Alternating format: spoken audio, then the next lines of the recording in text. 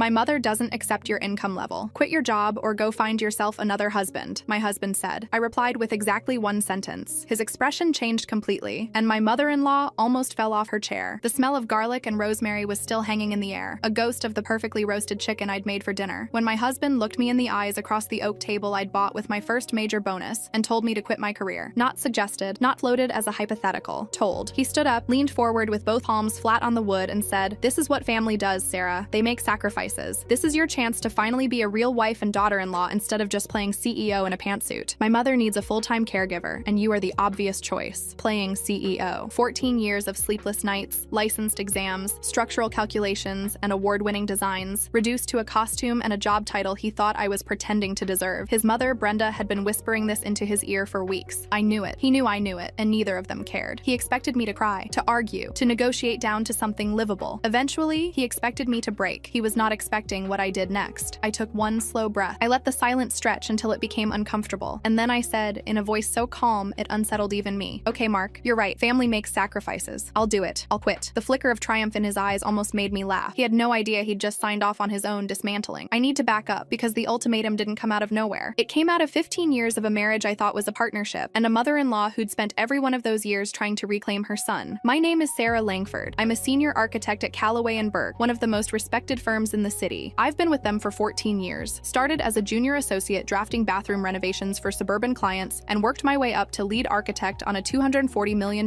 waterfront mixed-use development that was, at the time of this story, the largest project in the firm's history. I earned that position the way most women in male-dominated industries do, by being twice as prepared, half as loud, and willing to review blueprints until midnight while everyone else went home at 6. Mark was a project manager at a mid-tier marketing firm. Good job, decent salary, about $74,000. But let's be honest about the math. My salary was $168,000 plus performance bonuses. I was the primary breadwinner. I had been since year 3 of our marriage. Mark had always claimed to be proud of that. "My wife's the genius," he'd say at dinner parties, raising his glass. I just try to keep up. People would laugh. I'd smile. It felt real. It wasn't. It was a performance he maintained as long as the dynamic served him. As long as my income funded the lifestyle and his ego remained unbruised in public. The moment those two things came into conflict, the performance collapsed like wet drywall. The catalyst was Brenda. Brenda Holloway, Mark's mother, 72, retired school secretary, and the most passive-aggressive woman I have ever met in my life, took a bad fall down the stairs in late October. Broken hip, concussion, a cascade of complications that come with being elderly and fragile. I felt genuine compassion for her. Despite 15 years of thinly veiled hostility, the comments about my cooking, my clothes, my decision not to have children yet, the way she called me dear like it was a synonym for temporary. I held her hand in the hospital. I fluffed her pillows. I coordinated with Dr. Evelyn Nash, her orthopedic surgeon, 22 years in practice, chief of joint reconstruction at St. Luke's, on the rehab plan. I organized a rotation with Mark's sister, Lisa, so Brenda was never alone. For the first week, the system worked. Then Brenda started dismantling it. She hated the rehab facility. "Strangers," she whispered. "I don't want strangers touching me. I want my family." Her eyes always found Mark when she said it, a silent plea that hit him like a gut punch every time. Then she started aiming at me. "Oh, you're so good at this, dear," she cooed while I adjusted her blankets. "You have such a natural touch. A real woman's touch. A compliment wrapped around a blade. Classic Brenda." I suggested in-home care nurses. Mark rejected it. I suggested meal delivery and safety modifications to her house. Rejected. I suggested a part-time aide covered by her supplemental insurance. Rejected. "It's not the same, Sarah," he said. "She needs family. She needs one of us." He didn't mean him. His job was demanding, he said, even though he was home by 5:30 most days while I was still up at midnight reviewing structural load calculations for a building that would house 3,000 people. The confrontation came a month after the fall, the night of the roasted chicken, at the oak table, with the dishwasher humming and a reality show flickering in the background like the universe's cheapest irony. And when he said those words, playing CEO in a pantsuit, something inside me didn't break. It rearranged. I told him I had one condition. His smug expression turned almost comical. He folded his arms and leaned back like a man who'd already won the war and was now generously allowing the losing side to choose the color of its surrender flag. He clearly expected something small, a spa day, a cleaning service, something he could grant magnanimously and then hold over me for the next decade. "A condition?" he said, with a patronizing smile. "All right, Sarah, I'm listening." I let the silence hang one beat longer than comfortable. "It's a simple matter of logistics, Mark. You said your salary could support us. I believe you. But it cannot support this house. The mortgage is $3,400 a month. Property taxes, utilities, HOA fees. This home was built around my income, not a mid-level project manager's salary." Each word landed exactly where I aimed it. "So my condition is this. Before I resign, we sell the house. We liquidate our primary primary asset and eliminate our primary expense. We can't afford to live here on your salary, and I refuse to burn through my savings to maintain a lifestyle for you while I become an unpaid caregiver." He was stunned. I could see the gears grinding. He loved that house. He loved telling people his wife was the architect who designed the award-winning rear extension. He loved the granite countertops, the heated bathroom floors, the walk-in closet he'd filled with golf shirts. Giving it up was unthinkable, but he couldn't argue without admitting he'd never thought his grand plan through, without admitting he needed my money. "Sell the house?" he stammered. "But where would we live? That's the most practical part," I said, and I smiled the way you smile when you've already counted every card on the table. "We move in with your mother. It makes perfect sense. I'll be there around the clock. No commute. We save on housing costs. The proceeds from the sale cover living expenses and any modifications Brenda's home might need. It's exactly what a family that believes in sacrifice would do. Checkmate." If he objected, he'd be arguing against his own speech. He'd look selfish, wanting his comfortable life while his frail mother needed help. He'd be contradicting every word he'd used to corner me. His face went white. Living under Brenda's roof, her endless criticism, her suffocating presence, her 1985 decor and doily-covered surfaces. But pride is a strange animal. His wouldn't let him back down. "Fine," he choked. "You're right, we'll sell the house." He thought he'd won. He didn't realize he'd just stepped onto a board I'd already designed. The next morning, I moved with the kind of efficiency that only becomes possible when you've stopped hesitating. While Mark sat staring into his coffee, I'd already called our realtor, Patricia Devlin, 18 years in residential real estate, someone I knew professionally through development projects. I told her we wanted a fast sale, cash offer preferred. What I didn't tell Mark was that I'd also instructed Patricia to coordinate all paperwork through my personal attorney, Victoria Chen, family law specialist, 13 years in practice, former associate at Kirkland & Ellis, a woman who smiles rarely and wins constantly. I'd retained Victoria the morning after the ultimatum, before I agreed to anything, before I said okay, because my okay was never a surrender. It was a detonation sequence. That same day, I walked into my boss, Richard Calloway's office and closed the door. Richard, founding partner, 31 years in architecture, the man who'd mentored me from junior associate to lead architect, looked genuinely stricken when I explained. "Quit? Sarah, you're leading the waterfront project. You can't just quit." "I know," I said, "and I don't want to. Here's what I'm proposing instead. I take a 6-month unpaid sabbatical. Officially, I'm stepping away for a family medical situation. Unofficially, you keep my position open. I'll sign whatever you need. NDA, non-compete, anything. I just need time. And when this is over, I come back." He studied me for a long moment. "And in the meantime," he asked, "if I needed someone to consult remotely on the waterfront schematics, off the books, I'd be available. At your usual rate. I wouldn't insult either of us by suggesting otherwise." He almost smiled. "All right, Sarah, your seat will be here. And so will I." When I got home, I told Mark I'd resigned effective in 2 weeks. He looked relieved and faintly disappointed. I think some part of him had hoped my firm would refuse, forcing a dramatic choice that would somehow prove his importance. Instead, it was just happening, quietly, cleanly, on his terms, he thought, on mine, in reality. The house sold in 9 days. Thanks to Patricia's network and a bidding war between 2 developers who wanted the lot, we closed $47,000 over asking, cash offer, no contingencies. The wire transfer hit my account,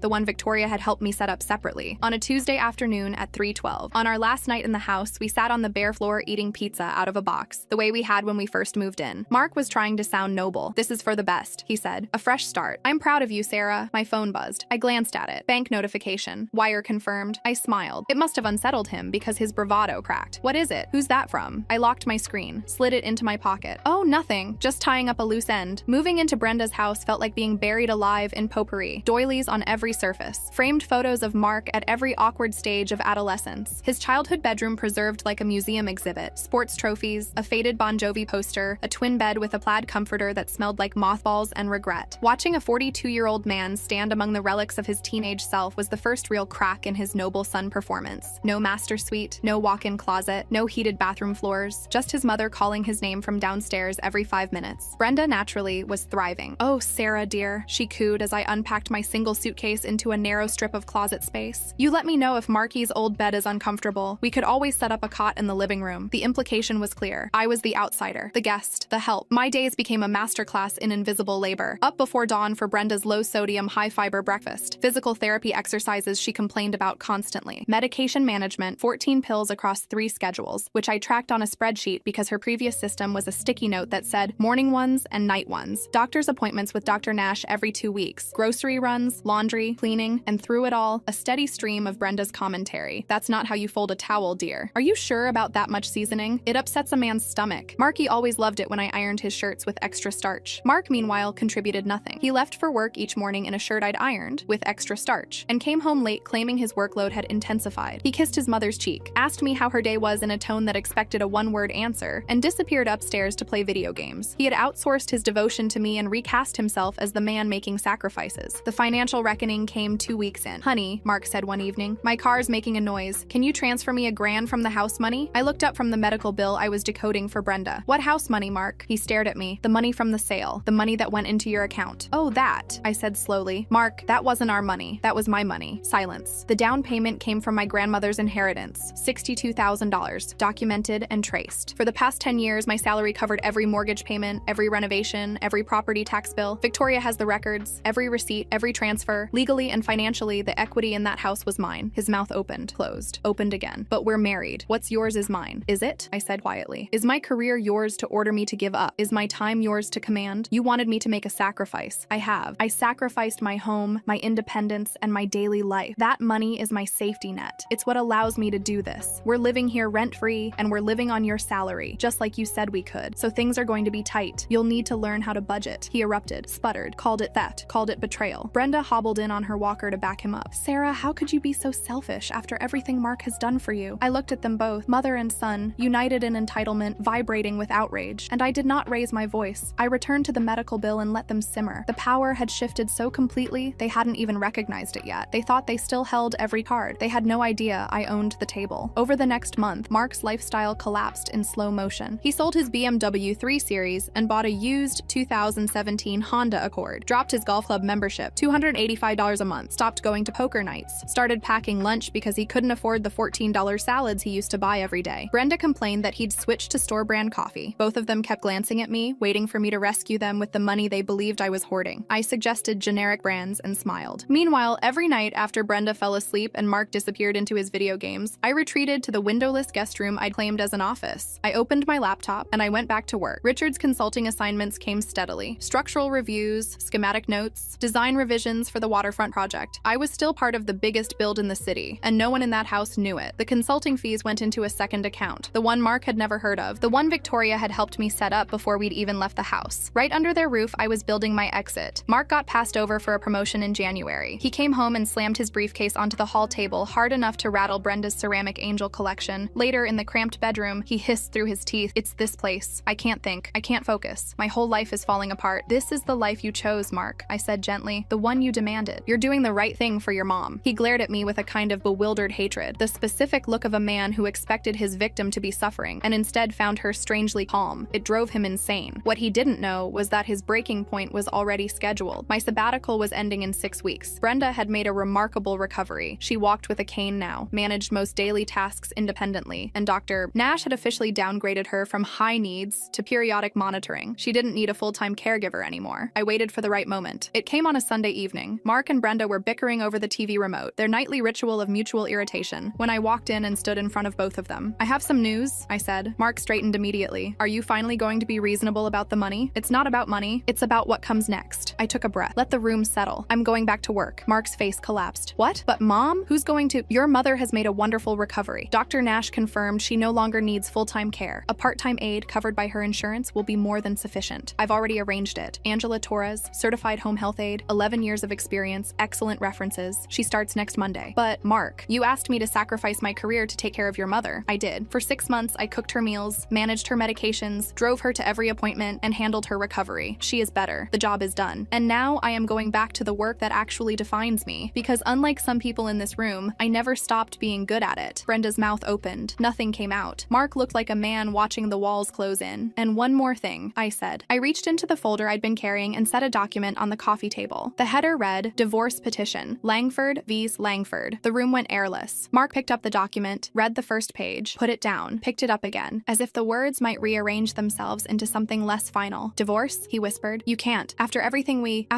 you did, Mark." My voice was level, controlled. The voice of a woman who'd had 6 months to choose every word in advance. "You stood in our home, the home I designed and paid for, and told me my life's work was me playing CEO in a pantsuit. You ordered me to throw away my career, my identity, and my financial independence to become an unpaid servant for a woman who has spent 15 years undermining me. You didn't ask for a partnership through a difficult season. You issued a command. You saw me as a resource to deploy. You thought my ambitions were disposable." I leaned forward. "So I gave you exactly what you asked for. I quit. Or you thought I did. I sold the house. I moved into your mother's home. I became her caregiver. And I watched you crumble under the exact life you sentenced me to. You couldn't handle it for a month. The money stressed you. The house suffocated you. You hated everything about the existence you demanded I accept permanently. I slid the papers toward him. I'm filing on grounds of irreconcilable differences. I'm not asking for alimony. I want nothing from you. The house proceeds are mine. Victoria has documentation going back 14 years proving every dollar of equity was generated by my income and my inheritance. This information has been reviewed by a forensic accountant, Gerald Hutchins, 26 years in practice, court certified in asset tracing. If you challenge it, you will lose, and it will be expensive. My recommendation is that you don't. He just sat there. You still have your job, I continued. Your used car, your clothes, and your mother's guest room. I suggest you call her and let her know you're coming home. Brenda, who had been listening from the hallway, because Brenda always listened from hallways, appeared in the doorway. For the first time in 15 years, she was completely silent. Not the strategic silence of a woman planning her next barb, the stunned silence of someone who just realized the woman she'd spent a decade and a half trying to diminish had been the only thing holding her son's life together. Mark signed the papers 11 days later. I imagine his attorney, whoever he scrambled to find on short notice, told him exactly how hopeless his position was. Victoria had built a case so clean it could have been framed. He moved back into Brenda's house. From what I heard through mutual friends, the arrangement became its own kind of punishment. Without me there to absorb the friction, to serve as their common target, their dysfunction turned inward. The noble son and the devoted mother, trapped together in a house full of doilies and resentment, with no one left to blame but each other. I walked back into Callaway and Burke on a Monday morning in April. Richard met me at the door. He didn't say welcome back. He said, "Your office is ready. Corner suite. And the waterfront project needs you by Thursday." The promotion was official. Lead architect. My name on the building. My designs in the skyline. I threw myself into it with an energy I hadn't felt in years. Not the desperate energy of someone proving herself, but the clean, focused power of a woman who had stopped performing for people who would never clap. The waterfront project won a regional AIA award that fall. My name appeared in Architectural Digest. I bought a condo. Not a house this time, something lighter. All glass and clean lines and a rooftop terrace where I could stand at night and look out at the city I'd helped shape. The money from the old house became the down payment on the rest of my life.